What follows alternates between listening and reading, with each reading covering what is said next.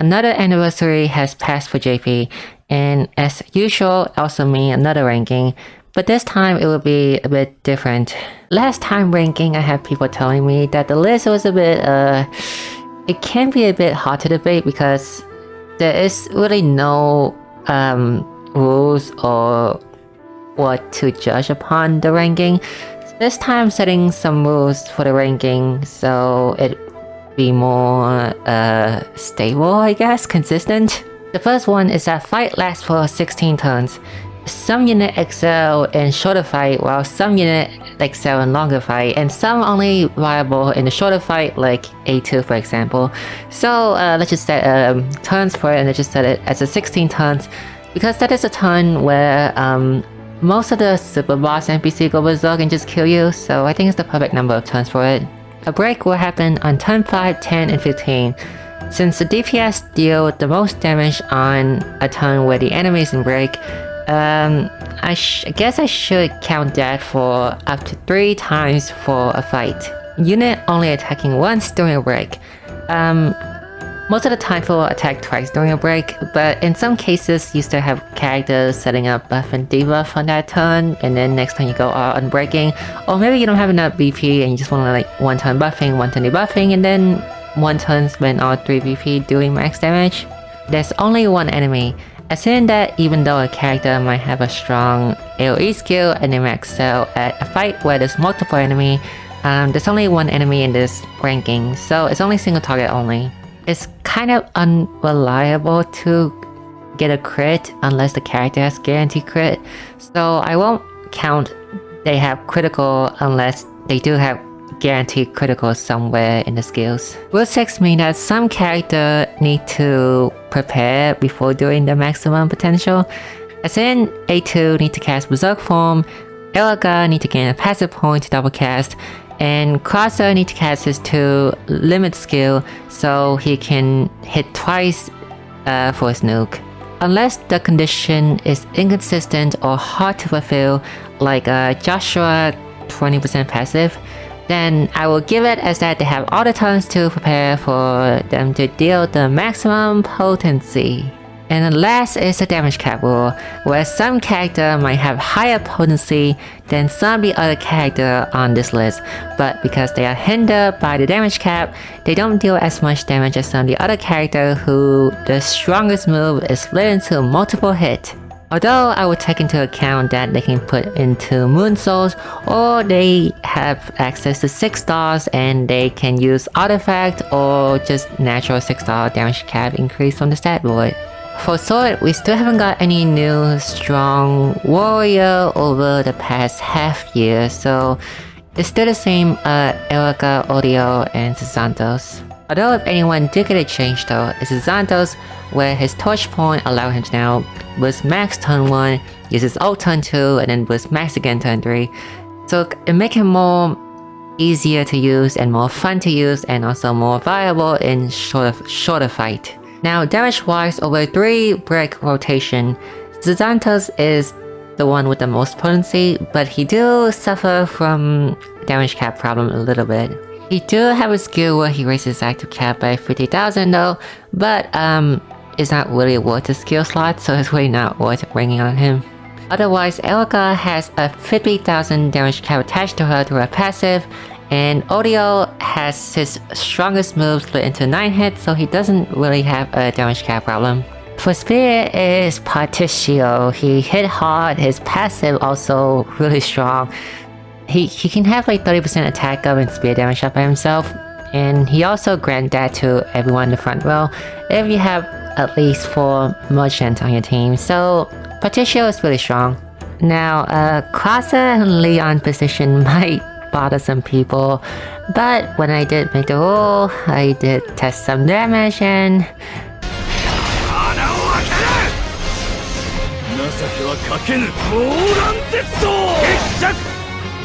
damage wise, even if CotC can only do this twice per battle, he still hit much harder than Leon, and although his damage fall up eventually the longer the fight is, we are only countering 16 turns here, and in that short time, CotC put out more damage, so he's higher. And he doesn't really have a damage cap problem anymore because his TP passive give him 100,000 damage cap up, so he doesn't have a damage cap problem anymore. And then there's Patricio, who hit the same potency that Crosser is hitting, except he doesn't need any setup, he just needs to set one beefy from everyone to use it. And the best part of all, his latent power make it so that all merchants on your team cannot lose beefy for a turn, including boosting. So for Dagger is Tome. Tome has a gimmick where everything she does if she go first is 2 times better. Her 3 hit becomes 6 hit, her nuke becomes double power, so if you have Tome go first, your attack will become way stronger. As for Falco, he got a buff now that his nuke can now be double cast. Remember how strong his nuke is? It was 260 power and multiplied by 1.5 if the enemy is broken. And now imagine that, but double cast and also have guaranteed crit with it. Pedo has the highest attack out of all other thief, and he also has a double cast, except his is a bit RNG, where every turn there is a 50% chance your next move is double cast. But he do have a skill where he can guarantee it to happen for the next turn. Potency wise, Tome do have an innate 50,000 damage cap up in her passive, and also guarantee crit.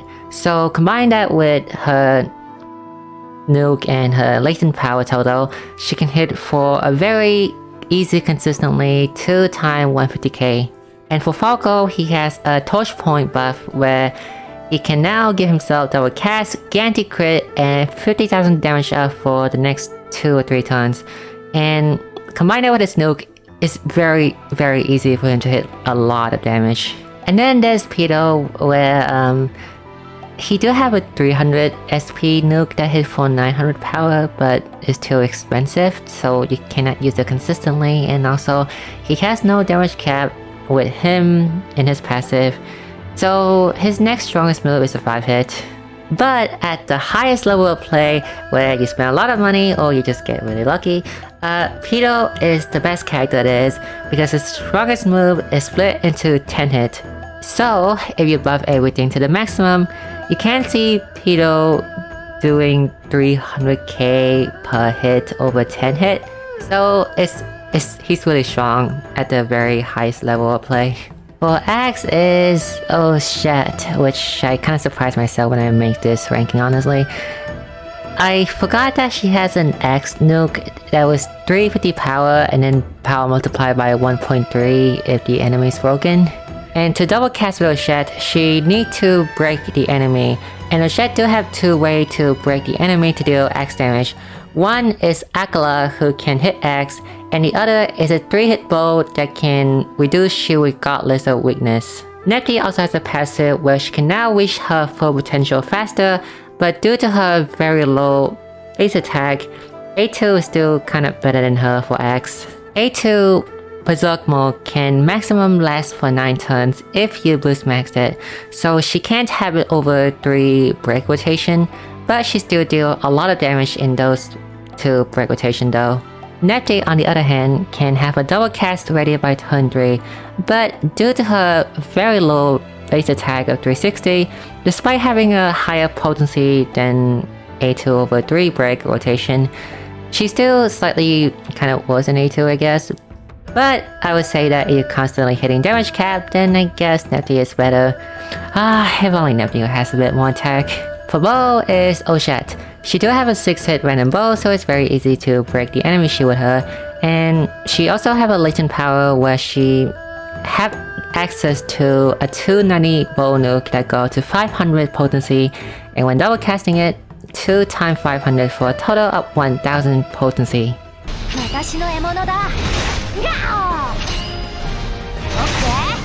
If it was 2 weeks ago, her Minia would have been lower than Surtet here, but now that her Minia has 6 star, my ranking of her is a bit higher than Surtet despite the fact that Surtet do hit much more damage than her Minia though. So allow me to briefly explain, but when you are a 6 star unit, you have a few more sources of damage cap up. One is the 3000 from the 6 star boy, And the other one is from Artifact, which is a level 120 accessory where they grant you 100,000 damage cap up and also 200 attack or magic. So potency wise, Sotet hit much harder than Herminia does. But Sotet doesn't have any passive damage cap increase with her. So even though Herminia might not hit as hard as Sotet is, Herminia is still better because she has access to her 6-star damage cap stuff. But Sotet do have a few advantages though, is that Sotet can debuff physical resistance down and also buff low damage up for everyone on your team. And also, if the enemy, you try to rush a fight, like either in the Hunter EX tower or Gertrude, then I say that Sotet is better. Reason being is that you try to rush a fight, then chances are you're not breaking the enemy anyway, which means that you have less chance of hitting the damage cap. So if we're just hitting an enemy while they are not broken, then Sotet would be better than Herminia. But in this ranking, the enemy is broken, so I guess Herminia is better because of damage cap advantage. For stab, it's still Leon, Nefty, and Yanlong. Leon hits stab with his spear, Nefty hits stab with her axe, and Yanlong is still the only stab-focused DPS we ever have in this game. Now, potency-wise, Leon is a bit lower than Nefty, but again, he has higher base attack, like about 100 more, so he's better. And plus, his nuke also inflicts stab defense down, so he has much more advantage than Nefty. I want to say something about Yanlong, but I already have everything else about Yanlong said about it already, so therefore I will promote something else instead, which is, in the next 2 months there will be a Celestia Arena tournament happening in Celestia for the very first time! And that is all. We are still getting Arena unit. Arena is not a dead thing. We are still getting more free OP Arena unit, hopefully. For Tome, it's August. He has access to 6 stars, so he has a few skills that make him stronger.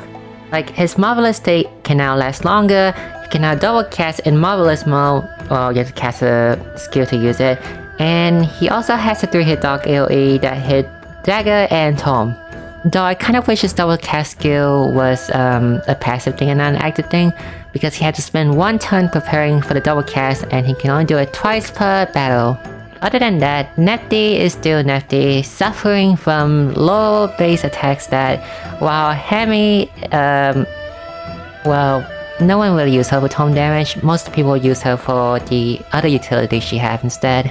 And for fan damage is Agnia, where she do have an 8-hit win, and the win attack also had fan attack, so Herminia fan DPS got better thanks to 6-star, and Hana EX is still a great fan DPS. For potency wise, since Agnia's strongest move is split into 8-hit, she doesn't really have damage cap problem, and she do have the highest potency out of anyone that deal fan damage right now, assuming you do fulfill her condition of the 8-hit. Hana EX also has more potency than Herminia, but no 6-star, and Herminia has 6-star, so 6-star advantage. For fire, it's Xanthos, Sidus, and Isla. For Xanthos, he already hit hard and sword, and his sword also hit fire, so he's the best one here. And Cyrus and Isla, on the other hand, Cyrus got better with his TP buff and his 6-star buff, and Isla is just naturally good. So Isla has 2 skills which make him really strong, which is his EX skill, which is a skill you get when you become a 6-star unit, which is Grant Front and Back unit, 30% magic up, elemental damage up, and also guarantee crit. And for a buff to grant magic up, damage up, and guarantee crit, that's like everything you want to have on a DPS. That's like all the buff necessary and maxed out also. And the second is his ultimate, where it grants the front ally and the back ally 20% magic up and damage up. Now, if this was front row though, Isla would be hailed as the best buffer for the next like 3 years at least. But luckily though, they had to restrain his power somehow, so they only make it to that. It's only for Isla and whoever in the back. And he also has 2 passives that make him deal more damage. First is that if you boost maxed, then Isla also gains 30% damage up and 30% magic up. And the second is that he raised the buff cap up passive magic up by 20%. So in some way, Isla might not have the highest potency compared to the other DPS, but he do buff everything you need for DPS to the absolute maximum, so therefore he do a lot of damage. Cyrus on the other hand has the Torch Point skill where he grants himself 50% potency up and also 50% more SP consumption, but the downside doesn't really matter at all because the upside is just too good. For Ice, it's Ogan, Cyrus, and Morphins. For Ogan, he is a healer, he can grant everyone BP, he can grant everyone front and back healing, he can also debuff the enemy of the ice resistance down, and he can also deal a lot of ice damage. His ice attack gets stronger if Ogan is at red health, and for Ogan, he do have plenty of other skill where when he activated, it put him at red health automatically, so therefore, it's very easy for him to deal the maximum ice damage. Potency wise, even if Cyrus do have on his 50% potency up buff, he's still not doing as much damage as a Red Hat Ogan, so Red Hat Ogan deal more ice damage than everyone else. And also, it's a 6 hit, so there's really no damage cap problem, unlike Morphins over here. Morphin can also deal a lot of ice damage. Problem is, he's only 1 hit and he doesn't have any passive damage cap increase, so damage cap problem again. For Lightning is Cyrus, Isla, and Nevel. For Cyrus and Isla reasoning, it's the same as Fire, except they can also do the same for Lightning. Cyrus do Fire, Ice, and Lightning, and Isla do Fire and Lightning. Nevel, on the other hand, is a special Lightning support unit where he can inflict a status effect where any lightning damage dealt to the enemy deal an additional hit. So, if you hit someone with lightning when the status effect is on and they are also weak to lightning, they take 2 points of damage instead of 1 point of damage. And if you hit someone with no lightning weak point at all, but had the status effect on, they will also take 1 shield point of damage. Which is not really worth it, because if they're not weak to lightning, why would you bring Nevel anyway? Now, Isla and Cyrus ranking can be swapped around a little bit because it's easier to fully buff Isla than Cyrus, so in some cases even if I do have lower potency than Cyrus, the buff is still stronger and still gonna make Isla deal more damage than Cyrus. Nevel might not deal as much lightning damage, but he is a great lightning support unit though.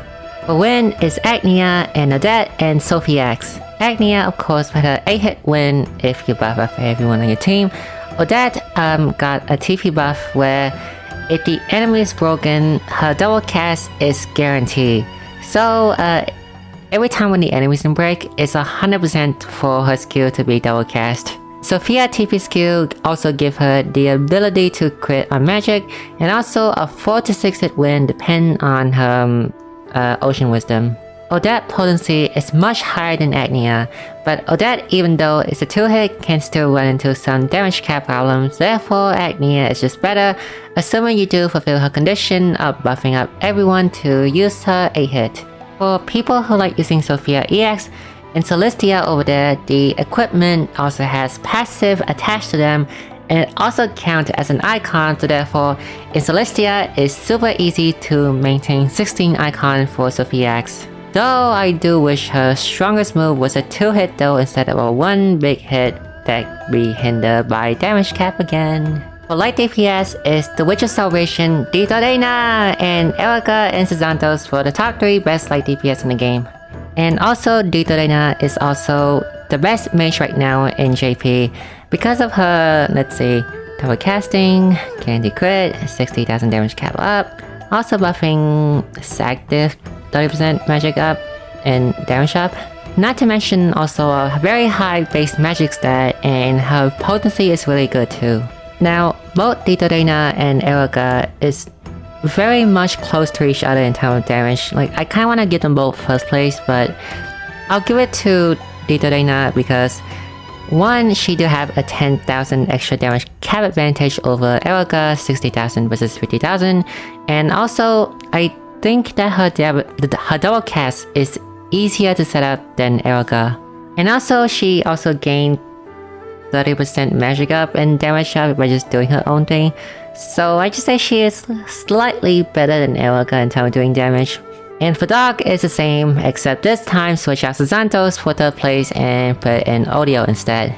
At least if anything, the meta is shifting to a more magic focus than warrior focus compared to half a years ago, so therefore we're no longer heading toward the warriors of the continent route.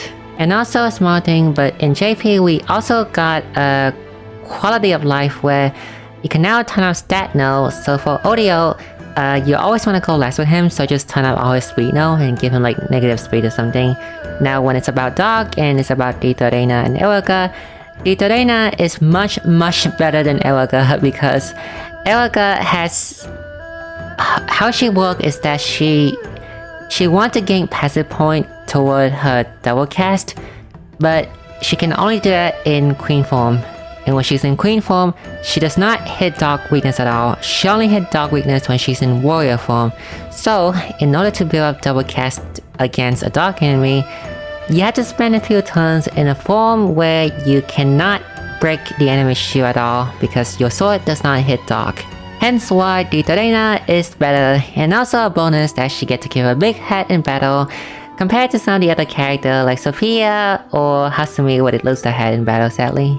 And I also want to mention this, but in JP currently there is a lot of stat power creep, so hitting damage cap is very easy. We got pet stat, we got TP stat, we got 6-star stat, we got ring stat. We also got stat from the more recently accessory where they give a lot more attacks, so it just allows of stat increase overall for the game. And last as a bonus, I will also list the top 3, well, the best healer, debuffer, and debuffer, one for each category. For healing is Ringyu, 15% defense and magic defense up, and infinite healing. It's just really good, and we haven't got anything better than that yet. For buffing is Primrose EX. I was kind of debating between her and Agnia, but Agnia, I don't know how Agnia works yet, so I'm giving it to Primrose. Agnia has a skill where she can raise the active cap of buffing from 30% to 50%, but sometimes it works, sometimes it doesn't work, sometimes you apply it at the wrong way, it doesn't work, and sometimes when you boost max, the turn duration lasts shorter. I did so many tests on this effect and I don't know how it works exactly. And plus the ultimate is only 10% attacker for everyone at level 10, while Primrose is 20%, so even though Agnia can be better, unless I can find a way to consistently get the 50% to work on her, I'll just say Primrose is the best one here. As for Prim, she is like Lynette, but way better, including healing and debuffing and also ult charge. For debuffing is Signa. The best generic debuffer out there, can debuff attack, defense, magic attack, and magic defense down, can debuff physical elemental resistance down, and have a super duper strong ultimate. Its AoE 20% attack, magic defense, and magic defense down on the enemy. And ultimate debuffing is a rare thing, so for Signa to have that, it makes her very strong as a generic debuffer. As for which is the best damage type right now in JP, I would still say it's Sword, but unlike half a years ago, Sword isn't like overly powerful, more dominant than the other weakness anymore. And also something else, but the meta is kind of slowly shifting to 7 buffer, debuffer, and 1 attacker type of thing. Of course, if you don't have enough firepower, you would just do the fight as normally. But if you do, then you can do some awesome stuff like this.